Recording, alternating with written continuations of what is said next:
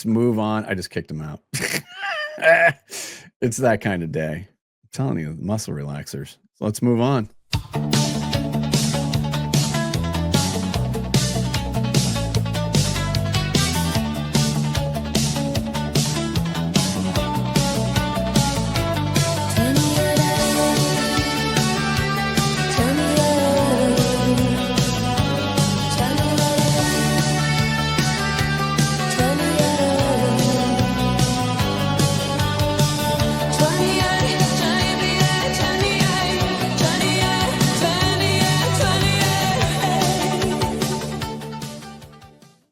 That was supposed to kind of be Chrissy Hine-ish. Chrissy Hine of Pretenders. By the way, it's Pretenders, not the Pretenders.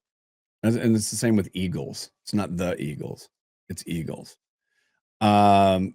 Trey joining us from Curiosity, number 28 in Cincinnati. So, you know, Ohio. There's a little Ohio vibe. You know? Are you muted, by the way? Can we hear you? Oh, yeah, you're muted. Oh, my goodness. That's okay. I'm going to do this thing where I'm like, So here's here's what we've learned about Curiosity. A proud underdog. No beaches, no NBA team, no holding company backing, just Curiosity guts and brands willing to bet on them. Yeah, I like that. Did you get it figured out yet? You just go to sound. Let's see. We're gonna. Did Ashley have the same problem with this yesterday? So let's see. Let's see. But here's what I'll say. You were on earlier. So yeah. Just pop out, pop in. Just yeah. Yeah, sometimes technical things happen. That's okay. The technical things do happen. But I will say that I had a chance to go visit the new space in Cincinnati, and it's great. So it's across from the MLS stadium. And so there's a lot of new construction that's going on over there, but it's a really, really great space. Did that work? Oh my God. Are you on a Mac?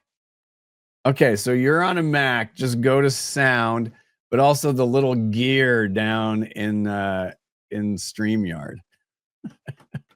See if you have the audio set to something you shouldn't have it set to. But I will say that the thing that you must do when in Cincinnati, everybody says chili. And I understand why, because it's iconic. It's all of those things. I think there it is. I was going to talk about ice cream and chocolate and some of the other stuff that's going on. Yeah, Cincinnati is it's a great town. It's an underrated city for sure. You know, I'm in Portland, Oregon, and we're about the same size. So our cities are about the same size, but you have an NFL team and a Major League Baseball team. So exactly, and you have an NBA team. We both have an MLS team. Correct. But, yeah, I like the Blazers too.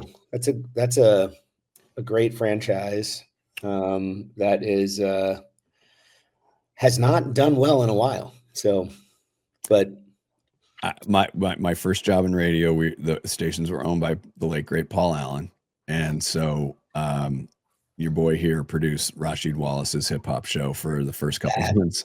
Is incredible. That's so amazing. That's a great story. That's scratching the surface, my friend. Oh, I'm sure. I would imagine you're not allowed to. You probably have multiple NDAs from different players. Oh, hell no. No, I didn't sign shit. All right, so let's talk a little bit about this. So 5 straight years of more than 30% year-over-year growth. Talk about what you believe you're doing differently. What's making that happen? You know, I think we do a really good job of,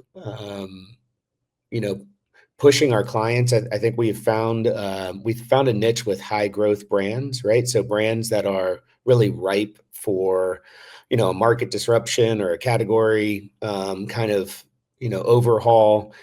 something that can really, grow exponentially. And I think that's really where we have found our sweet spot. They're also the kinds of companies that you're often working with founders. And so I think the level of care that we put into things, I think part of our, we talked about Cincinnati, being from Cincinnati, certainly the Midwest nice is a thing that right. I think we probably live up to that and fulfill that. But I think it's more about care, right? Oh, interesting. Right. Yeah, like I mean, even though we're Midwest nice, we're still very transparent and direct with our clients. But I think they see that we really care about the people, we care about the work, we care about them as clients, we care about them as people. I think that's we really build like deep personal relationships with our clients, and I think that's what the kinds of brands that we're working with, they want to know that, like, when the bullets are flying, that they've got someone they can really count on. No, I get that. So you underwent a third-party equity audit, and you do publish your DEI progress.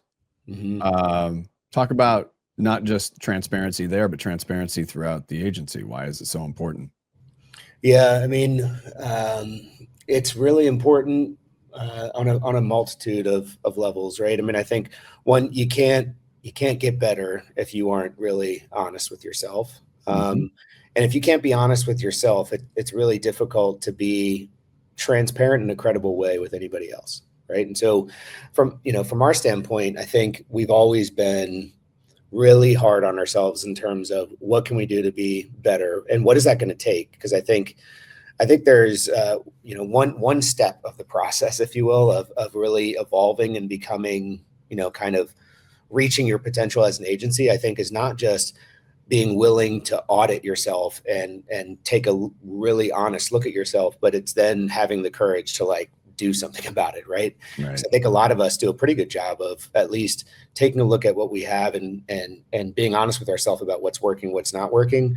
But the big thing is like it's probably going to need an investment of your time, money, and other resources for you to go solve it and get better. Yeah. And we've never been afraid to do that, I think. So no, it's that's the thing.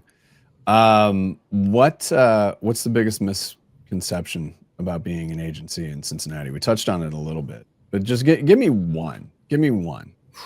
I know there's a lot, but give me one. Here, I'll give you one. One that's a little that's very specific, is that it's funny. Like some of the brands that are in our hometown struggle with like understanding that we're really great, and we're not just great for Cincinnati. We're great for our industry, and I think we actually have more credibility with marketers outside of Cincinnati than we do in Cincinnati because of Cincinnati's own inferiority complex. So like you would think that being in Cincinnati gives us a big advantage with people like Procter & Gamble or and while we certainly work with Procter & Gamble, I think we I think our strongest relationships and where we get the most trust sometimes is with our clients outside of Cincinnati. So, and obviously whenever we're talking to people, big, larger brands and that aren't, from the Midwest, then I think they make some assumptions about us and the talent that we have. I think we've really been able to break through on another level because of some of the consultants that we work with, because they bring that level of credibility, and they've really helped us convince some clients to put us in the consideration set, at the very least in a pitch, and then we end up winning them over. So, for me, it's like if Cincinnati is creating a barrier at all, I would just, love people to come visit us, and most likely it'll prove you wrong. Yeah, Seattle runs into the same thing. So yeah, Seattle has the same thing. Let's end on a high note here. So the big thing is documenting what your employees' hobbies are. It's part of the culture. What's your hobby that gets documented? Haven't you done like 1,000 Ironmans or something? No, I do. I like fitness is definitely a big hobby. I know that's yours. Yes. I'm, I haven't done any Ironman. I'd love to do one of those. But I think the hobbies that I'm probably most well known for are eating ice cream, right? 'Cause that's like turned into a hobby. fitness, like the working out stuff, and drinking cold brew coffee. Those are my hobbies, basically. I mean, Which they're they're also not addictions. They're also addictions. Yeah, but you know what? They're not mutually exclusive, because if you're eating ice cream, you got to work it off. You do. Absolutely. What's the ice cream place in Cincinnati that Oprah? Graders. What is it? Graders. Okay. Yeah, it's fantastic. And Handles is from Ohio as well, which it's phenomenal ice cream. It is. Jenny's ice cream also. It's a little more, progressive, I should say. It's got some odd flavors, but yeah. Hey, listen, listen. You're talking to somebody from the land of salt and straw. So. That's very true. Yeah, it is just like Salt and Straw. It is just like I love that. Nothing place, is like Salt and Straw. She has done an amazing job building that brand. It is fantastic. Very, very. There is a tremendous, well-deserved amount of civic pride about Salt and Straw. There should Trust be. me. Yep. Oh, the best. Absolutely the best. Also the best to you, Trey. Thank you so much, sir. Trey Harness, president over at Curiosity. You can hang out if you'd like. You can hang out if you'd like, or you can bail. I got to run and meet. You got to bail for lunch. It's all right. Nice. Appreciate you, man. All right, man. Thank you. Take care. All right.